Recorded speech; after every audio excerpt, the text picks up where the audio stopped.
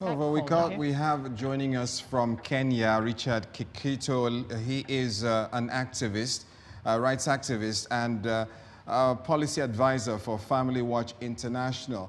Richard, good evening. You're looking very sharp this evening, Richard. All right, departure from what I saw the other time, but great to have you join us, Richard. Quickly, can you share with us briefly your experience in Kenya with incidents talking about the activities of these agencies that are into, how do I put it, population control systems? Oh, thank you very much. The description you've just given relating to the Bill Gates, Melinda Gates Foundation, and how they are able to craft research programs that get publicized by media houses over which they have control, and later on get to be used to influence policy. We had an incident in November. We had the International Conference on Population and Development in its 25th anniversary. The first conference had taken place in 1994. And you would see how influential the Bill and Melinda Gates Foundation was in the planning processes of the United Nations Fund for Population Activities, which was the lead agency in implementing the Program of Action of 1994.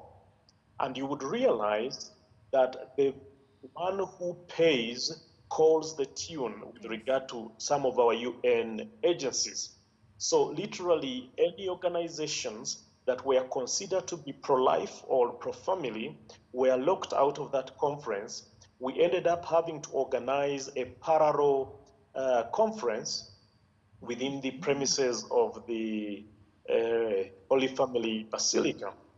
And you would see that IPPF, International Planned Parenthood Federation, you see Bill and Melinda Gates, you have the Danish embassy, which is paying women to have children in its own country, but is busy investing in control of the population down here in Africa.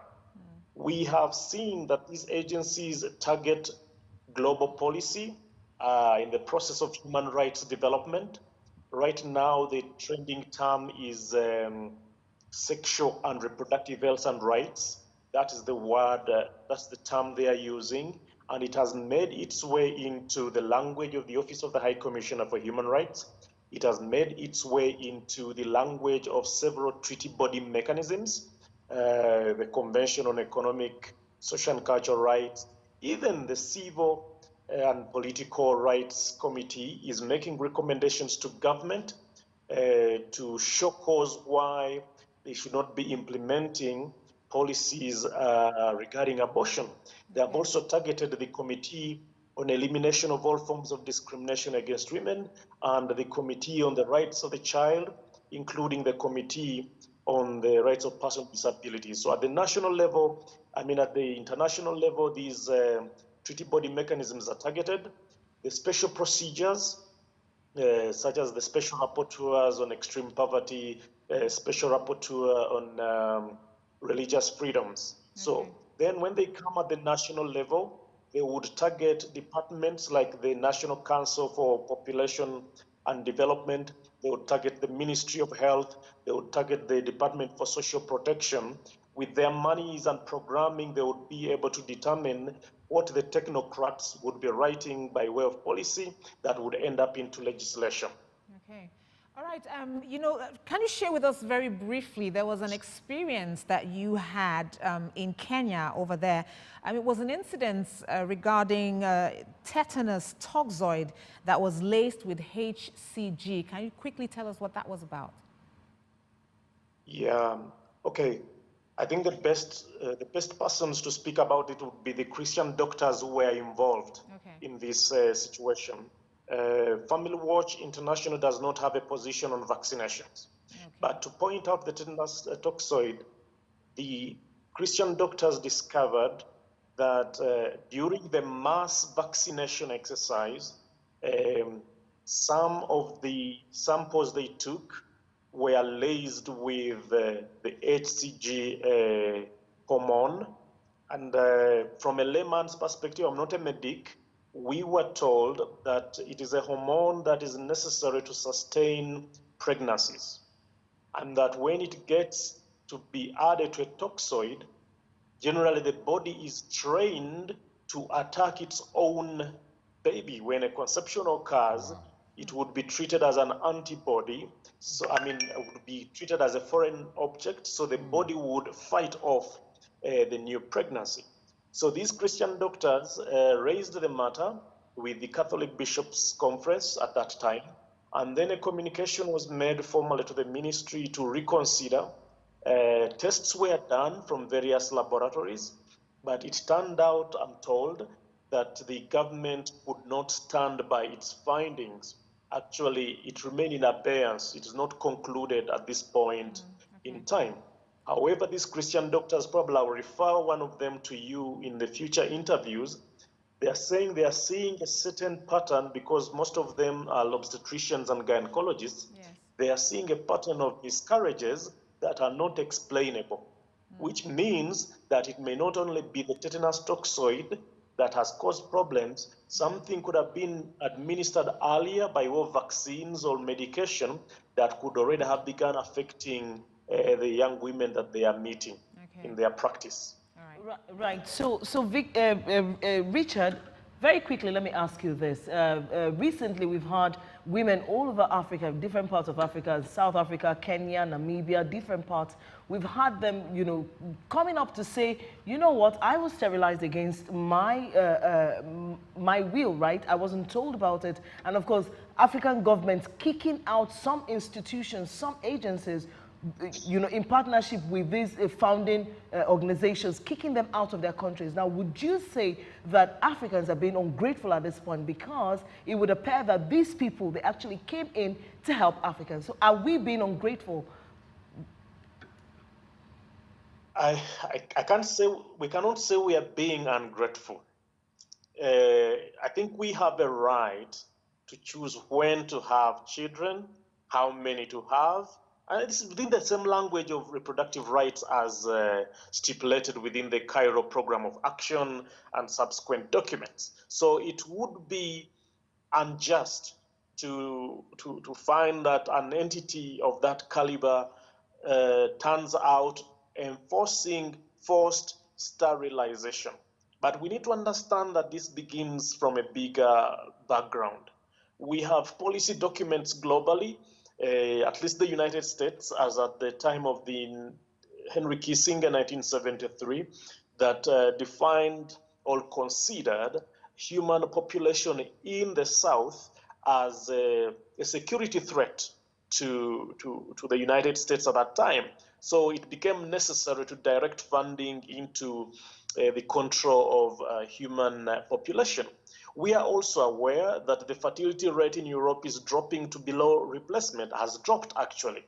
We have countries like Italy, may God have mercy on them, they are at 1.1 fertility rate, and fertility rate is generally the total number of women of reproductive age divided by the number of women, of children that have been delivered in that country that year. You would get the fertility rate. And when you drop below 2.1, it is very difficult to replace that population. Now, Italy, with 1.1, has also suffered the adverse effects of COVID. So an entire generation has been wiped out. So they are literally struggling. And then you get Denmark, which is paying people to have children, sponsoring population programs on the ground. And they sneak into these hospitals because they have some influence over our ministries of health. They have non-government organizations offering consultancy services to our ministries of health. And in the process, the programs are instilled in there. And by the time the women discover that they've been sterilized, it is usually too late. Probably it might be the task of lawyers to come up and begin taking up these cases and figure out how to get reparations for the damage that has been done to these women.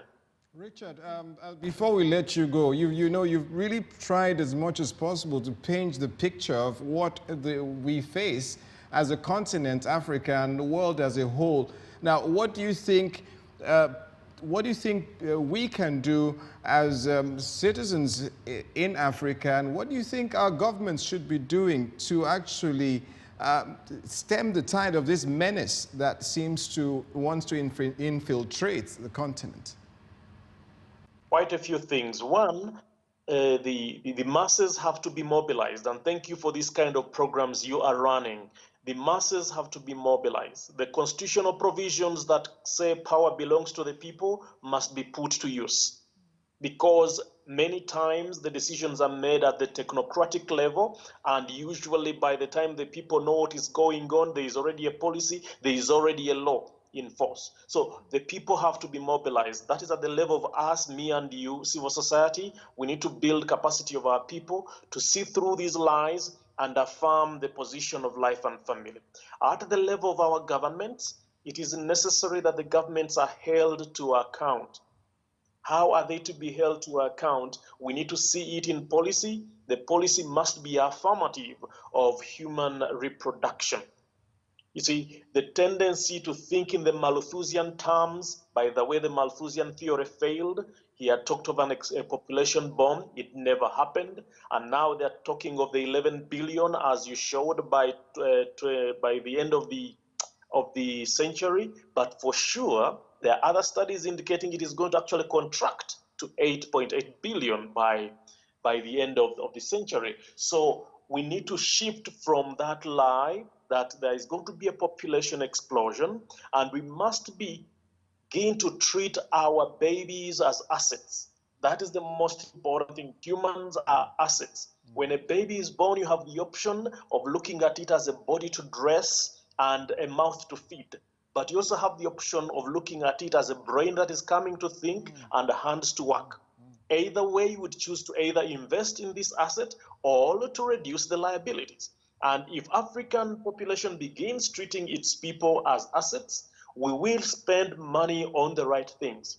The subsidies going into, for goodness sake, the contraception is far cheaper than malaria drugs in many countries. Far, far cheaper. So the amount of money being spent on subsidizing contraception could be spent in investing in the population. Let's invest in quality health. Let's invest in quality education. Let's invest in infrastructure. That money will be better spent if it is used to invest in our people. And we need to take note. Population control is a top-down attempt to control the population size of a group of a people through coercive, violent, or deceptive means. All those have been tried. Coercive means have been tried, violent means are going on via abortion, and deceptive means are happening everywhere. Yeah. All right. Thank you so Well, much. thank you so much. Thank you, Richard. Thank you, Richard Kakeeto there, reaching us from Kenya. He is the policy director for the Family Watch International, a rights activist. It's been great talking to you, Richard. Thank you very much.